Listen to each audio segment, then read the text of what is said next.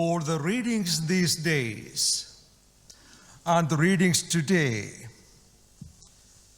and the readings during the coming week, we are all meant to prepare us for the Feast of Pentecost, which is next Sunday. If you focus on the gospel readings last week, you'll find Jesus speaking about the Holy Spirit. Who is the Holy Spirit? What does he do? What is his role in our life? He is the Paraclete, the one who is going to stand beside you. You are never alone. The Holy Spirit will stand beside you, always hold you and carry you. You will never be alone. To help us understand the role of the Holy Spirit, today's first reading is inviting us to focus on Stephen. Stephen is the one who was filled with the Holy Spirit. When you have the fullness of the Holy Spirit, what happens? What should happen? Note these things about Stephen. Chapter 6 of the Acts, there's a word about Stephen. All his enemies could see the face of an angel on Stephen.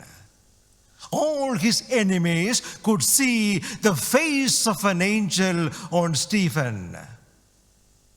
Just like our Stephen. The face of an angel. And Stephen was full of wisdom. No fear. Again, note, these are the gifts of the Holy. He had no fear. Full of wisdom. And full of joy. Note again today's first reading. This is a scene of a brutal execution. A lynching mob. A lynching mob, and they are about to stone him. And there Stephen is looking up to heaven, and he can see Jesus. He can see Jesus at the right hand of the Father. Here is a mob, all hatred, all stones coming at him. And Stephen says, I can see heaven open. Jesus there. Now note the words again. About his death, he fell asleep. What a beautiful way to explain death. But don't forget, in the midst of pain, he's been stoned to death. But the author says he fell asleep. Just like a little baby falling asleep in the tender arms of his mother. What does it mean? You can have heaven inside even when all the hell is breaking outside you. Life can be against you, people can be against you, sufferings and sorrows and everything can happen. But still in the midst of all that, you can have heaven inside if you are filled with the Holy Spirit. That is the gift of the Holy Spirit. That in spite of what is happening against you or around you, whatever is happening, you can have peace of mind and joy if you have the gift of the Holy Spirit. For that, do one thing.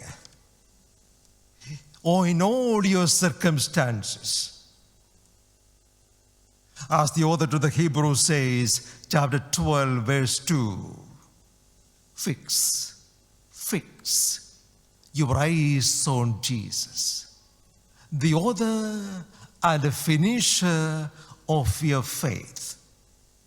The next line is very important.